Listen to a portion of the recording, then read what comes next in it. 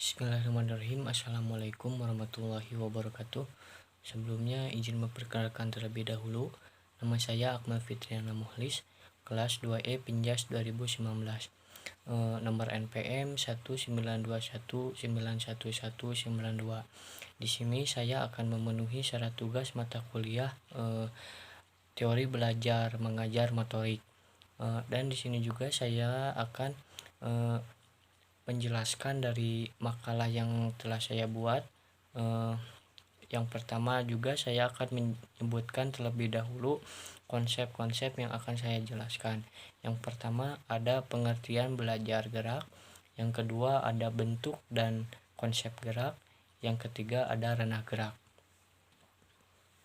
Nah, langsung saja yang pertama ada pengertian belajar gerak. Jadi pengertian belajar gerak ini tidak terlepas dari pengertian belajar pada umumnya. Namun dalam belajar gerak mengandung karakteristik tertentu. Nah, karakteristik tersebut berhubungan dengan domain atau tujuan belajar yang menjadi sasarannya, yaitu menyangkut kekuasaan keterampilan dan gerak tubuh. Nah, jadi belajar gerak adalah mempelajari pola-pola gerak keterampilan tubuh.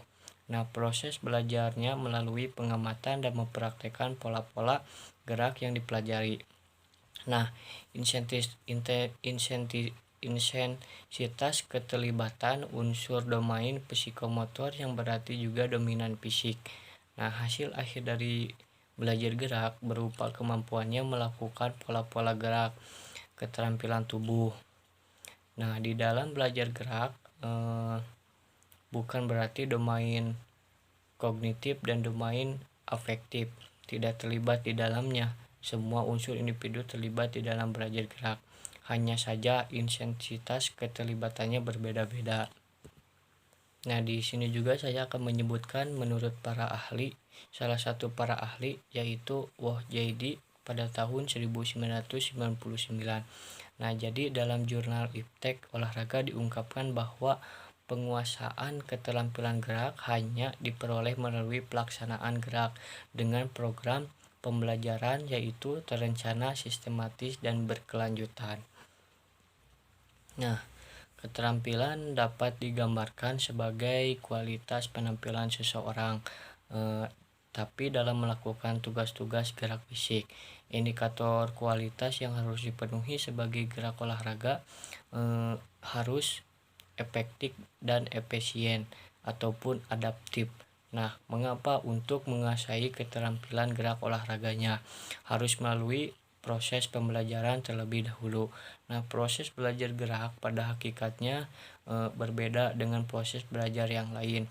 Tapi proses belajar gerak perbedaan yang ada bersumber dari aspek-aspek yang dominan keterlibatannya di dalam proses belajarnya. Nah, di sini juga saya akan menyebutkan bentuk atau konsep gerak. Dalam mengkaji keterampilan motorik, salah satunya dapat dilakukan melalui karakteristik setiap gerakan atau berdasarkan kesamaan karakteristik yang ditemukan. Nah, maka dilakukan klarifikasi motorik itu pada pola-pola gerak tertentu. Keterampilan motorik dapat diklarifikasikan beberapa sudut pandang dan hampir setiap ahli juga menyusun klarifikasi keterampilan motorik berdasarkan sudut pandang masing-masing. Yang pertama ada klarifikasi berdasarkan kecermatan gerak. Nah, yaitu klarifikasi keterampilan motorik ditinjau berdasarkan kecermatan gerak dapat dibagi menjadi dua, yaitu keterampilan motorik kasar atau bisa disebut gross motor skills, dan yang kedua ada motorik halus atau finomotor skill. Yang pertama ada keterampilan motorik kasar. Jadi motorik kasar itu yaitu keterampilan motorik yang melibatkan otot-otot besar serta sebagian penggerak utama. Nah, keterampilan motorik kasar berhubungan dengan besar dan luasnya penggunaan otot-otot dalam tubuh. Misalnya berlari, meloncat, memukul, dan masih banyak contoh-contoh lainnya. Keterampilan motorik kasar berkaitan dengan besar dan luasnya penggunaan otot-otot dalam tubuh. Nah, keterampilan ini biasanya melibatkan seluruh otot tubuh, sehingga hampir semua keterampilan olahraga dapat dipertimbangkan sebagai hampir semua keterampilan olahraga sebagian keterampilan motorik kasar berkaitan dengan besar dan luasnya penggunaan otot-otot dalam tubuh. Nah, keterampilan ini biasanya melibatkan seluruh otot tubuh, sehingga hampir semua keterampilan olahraga dipertimbangkan sebagai kelompok keterampilan motorik kasar. Nah, selanjutnya juga ada keterampilan motorik halus. Nah, keterampilan motorik halus ini yaitu keterampilan gerak yang melibatkan otot-otot halus sebagai penggerak utama. Sebagai contoh keterampilan, contohnya itu menarik, pelatuk, senapan, keterampilan melepas, anak panahan pada cabang olahraga panahan, dan sebagainya. Nah, jadi keterampilan gerak halus lebih menunjukkan kepada kualitas lembut pada gerak ini. Nah, aktivitas tubuh dalam terbatas juga ketelitian respon dari berbagai stimulus. Kunci keberhasilan keterampilan motorik ini salah satunya ditentukan oleh koordinasi neuromuskuler, terutamanya